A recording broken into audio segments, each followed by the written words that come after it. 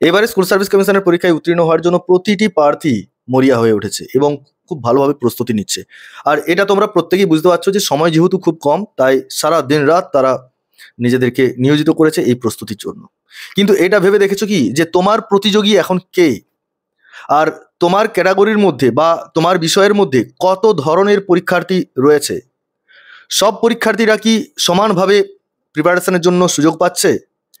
এছাড়া এটাও মাথায় আসছে তোমাদের অনেকের, যেটা হচ্ছে সব ইন সার্ভিসরাই কি চাকরি পাবে, বা সব ইন সার্ভিসরাই কি প্রথমে সিটগুলো দখল করে নিতে পারবে? নতুনদের কি কিছু চান্স থাকবে না, যারা নতুন রয়েছে? তো এই ধরনের প্রশ্নগুলো রয়েছে। তো এইরকম প্রশ্নগুলো আমার কাছে বারবার আসছে বলে আমি আজকে এই ছোট্ট একটা ভিডিও নিয়ে এলাম, যেটা তোমাদের প্রস্তুতিতেও কাজে লাগবে এবং তোমাদের এনথুস বাড়াতে অনেক সাহায্য করবে। তাহলে তোমাদের প্রথমেই যেটা নিয়ে আলোচনা করব সেটা হচ্ছে, দেখো তোমার প্রতিযোগী কে। এখন দেখতে হবে যে তুমি কোন জায়গাতে দাঁড়িয়ে আছো। তোমার সিলেবাস কমপ্লিট হয়ে গেছে, হাতে 1 মাস সময়, সব টপিক ওয়াইজ টেস্ট দেওয়া হয়ে গেছে, প্রতিটা সাব ইউনিট ধরে টেস্ট দেওয়া হয়ে গেছে, প্রতিটা সাব ইউনিট এবং যা সিলেবাস রয়েছে সব সিলেবাস কি তুমি কমপ্লিট করতে পেরেছো? যদি হ্যাঁ হয়, তাহলে তোমার প্রতিযোগী তুমি, অর্থাৎ তোমার মতো যে অ্যাসপারেন্টরা এখন রয়েছে তাদের সাথেই তুমি ফাইট করবে। এখানে কিরকম পার্সেন্টেজটা আসে প্রতিযোগিতার মধ্যে? 100 জনের মধ্যে 60% খুব ভালো প্রস্তুতি নিতে পারবে না, 60% খুব ভালো প্রস্তুতি নিতে পারবে না, 40% ভালো প্রস্তুতি নেবে, এবং সেই 40%-এর মধ্যে কিছু জন থাকবে খুব ভালো প্রস্তুতির মধ্যে রয়েছে, কেউ মডারেট রয়েছে, কেউ আবার একদম এভারেজে রয়েছে। এই ধরনের প্রস্তুতির মধ্যে রয়েছে। তোমার প্রস্তুতি কেমন হচ্ছে সেটা তুমি বুঝতে পারছো। এখানে যে প্রশ্নগুলো তোমার মাথায় আসছে সেটা হচ্ছে যে ইন সার্ভিসরা কি পুরো যে সিটগুলো রয়েছে সেগুলো দখল করবে? দেখো, ইন সার্ভিসদের বিষয়টি হলো যে ওখানে তারা 10 নাম্বার এক্সট্রা পাচ্ছে এক্সপিরিয়েন্সের জন্য, সেক্ষেত্রে 10 নম্বর এমনিতেই এগিয়ে থাকছে। কোনো ইন সার্ভিস অ্যাসপারেন্ট যদি ভালো প্রস্তুতির মধ্যে থাকেন, তাহলে তিনি ডেফিনেটলি অনেক এগিয়ে থাকবেন এবং সহজেই চাকরিটা পাবেন।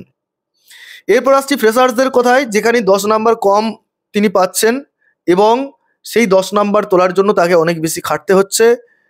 শুধু তাই নয়, তাকে র্যাঙ্ক করার জন্য ম্যাক্সিমাম কোশ্চেন ঠিক করে আসতে, এবং টার্গেট পয়েন্ট আমি আগেও বলেছিলাম, যদি আর্টস সাবজেক্ট হয় তাহলে 50-এর উপরে নাম্বার পেলে তার ইন্টারভিউতে চান্সটা অনেক বেশি থাকবে চাকরি পাওয়ার ক্ষেত্রে।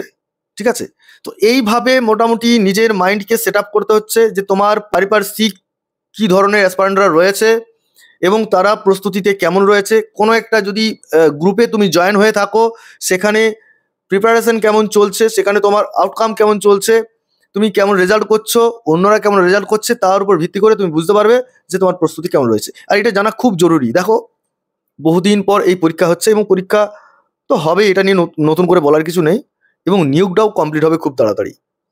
তো হাতের কাছে এই এত বড় একটা সুযোগ, এই সুযোগ যারা পাচ্ছ তাদেরকে তো ঝাঁপিয়ে পড়তেই হচ্ছে,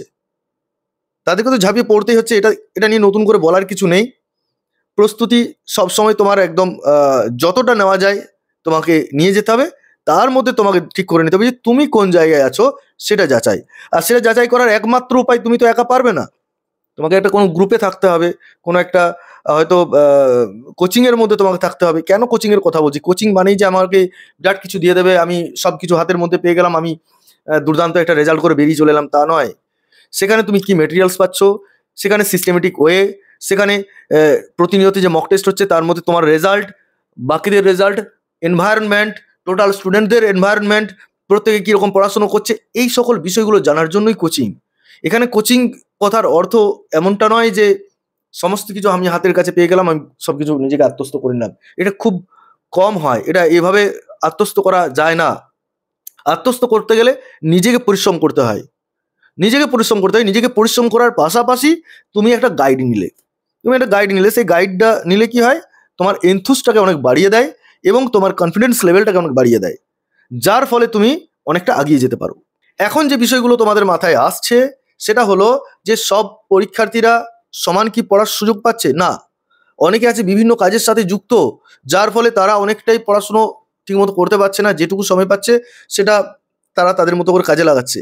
যারা একদম ফ্রেশার্স রয়েছে, বাড়িতে অন্য কোনো কাজ নেই বা অন্য কাজের সাথে যুক্ত নয়, তারা অনেক সময় পাচ্ছে, তারা হয়তো প্রস্তুতিটাকে আগিয়ে নিয়ে যাচ্ছে। অনেকে আবার ফেড আপ হয়ে যাচ্ছে, সারাদিন অনেক সময় থাকার সত্ত্বেও তারা নিজেকে তৈরি করতে পারছে না, এই বিষয়টাও কিন্তু থাকছে। ঠিক আছে, যাই হোক, এখন একটা ছোট্ট আলোচনা করলাম যে কত ধরনের পরীক্ষার্থী রয়েছে, সব পরীক্ষার্থীরা কি পড়াশোনার জন্য সমান সুযোগ পাচ্ছে, বা তোমার প্রতিযোগীকে ইন সার্ভিসরা কি সবচেয়ে বেশি চাকরি পাবে, বা নিউদের কতটা সুযোগ রয়েছে, এই বিষয় নিয়ে। যাই হোক, তোমরা তোমাদের কমেন্ট বক্সে কমেন্ট করে জানাও তোমাদের যদি আরো কিছু বক্তব্য থাকে, আর পরবর্তী ক্ষেত্রে তোমাদের কমেন্টের উপর ভিত্তি করে আরো কিছু নতুন ভিডিও নিয়ে আসবো। সকলে ভালো থেকো, সুস্থ থেকো, এই বলে আজকের ভিডিও এখানে শেষ করছি। ধন্যবাদ।